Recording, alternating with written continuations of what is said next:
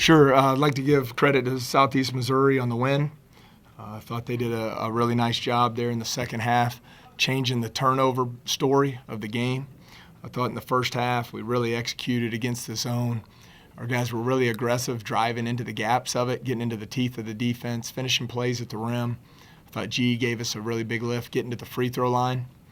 In the second half, playing with the lead there to start, for whatever reason, we got away from the aggressiveness offensively. We passed the ball, made some lazy cross-court passes that not only were turnovers, but they led to breakaway layups and dunks, and really swung the momentum of the game. And I thought that was the difference.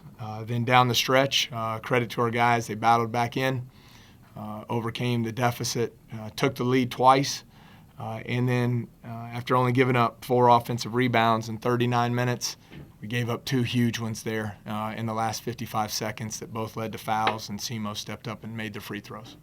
This is another game where the team had a big lead in the first half. You give it up, fighting back, but what is that trend? What's going on? Sure. If I knew the answer to the slow start to the second half, we would have corrected it tonight. We played well in stretches in the first half to build the lead. Tough play there at the end of the half. Loose ball on the floor, scramble situation. They end up hitting a 3 to cut it to 9. Came out, I thought with good energy in the second half.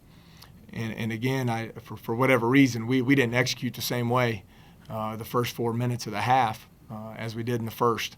I thought SEMO did push the zone up a little further and crowded Jonathan a little bit more. But again, we didn't have the same aggressiveness of driving the gaps of the zone, moving the ball, getting the ball to the baseline the way we needed to. You talked about the 2 offensive rebounds that SEMO got in the last minute of the game. Was that just your players not being in the right position, rather than getting beat, out-hustled? I really have to watch the film. I didn't have a great view on either. We were scrambling around in the zone. I thought we forced them to take some tough shots the last 4 minutes. But like I said, we didn't make the plays there to finish those possessions with box outs and rebounds there in the last minute. Stark went, 12 for 15 from inside the arc, 0 for 5 behind. He's 3 for 19 from behind the arc. Has he lost his three-pointer, or what are they doing to him? No, not at all. I thought he was very effective when he attacked the zone off the bounce. When we got ball reversal, it led to open driving lanes. When we struggled, we held the ball and continued to let the zone reset, and it put us in bad spots. I believe in him. Every time he takes a 3, I think it's going in. I think everyone else does too. He'll make those. But thought he was obviously very efficient off the bounce from 2-point range.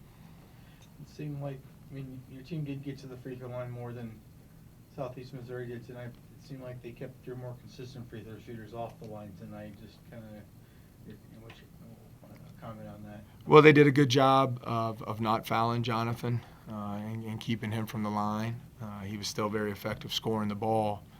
But I thought G was aggressive against the zone, and by doing so, he was able to get to the free throw line.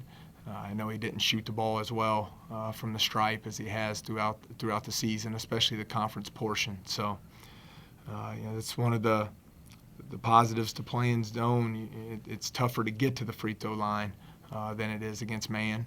And then in the second half, we didn't force the turnovers we did in the first. First half forced 10 turnovers. I thought that was a big difference in the half. I think it was 10-5 in our favor. We led by 9. Second half, it was 9-4 in their favor. And I thought that was a big key in the game. Biggs getting in foul trouble early really kept Miller out of the game. You probably put him in with 4 fouls for the final 8 minutes of the game. What do those guys need to do differently to prevent you getting in situations like that? Well, I thought a couple of them were we were very undisciplined on a couple closeouts that put us into some scramble situations. We've got to find a way to avoid him getting in that foul trouble. We need him on the floor, especially against that zone. It's just he's so skilled, in the high post area as a scorer, a shooter, and a passer. We need him on the floor, so we've got to find a way as a coaching staff, and Terrell's got to make the adjustments to where he can stay out of foul trouble. With losses like this, you got 2 days to get ready for UT Martin. Now they're probably beating Austin Peay tonight, so you're in a 3-way tie. I mean, how important is you have another game and you have to get these guys to forget this tough loss? Yeah, a very disappointing loss. Take nothing away from SEMO. They outplayed us in the second half. But you're right. Still a lot of basketball to be played. We're halfway through the conference season.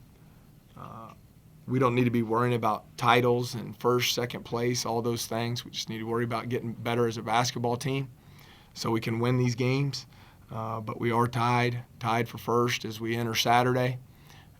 So we don't have time to feel sorry for ourselves. Obviously, it's very disappointing. This is not where we want to be. But we got to get in the gym tomorrow and prepare for Martin. We know they have 3 very, very talented guards, all capable of putting up big numbers in Mobley, Butler, and Edwards. So we'll have to be ready to go Saturday night. I know they'll come in here with a lot of confidence, and they've been playing good basketball.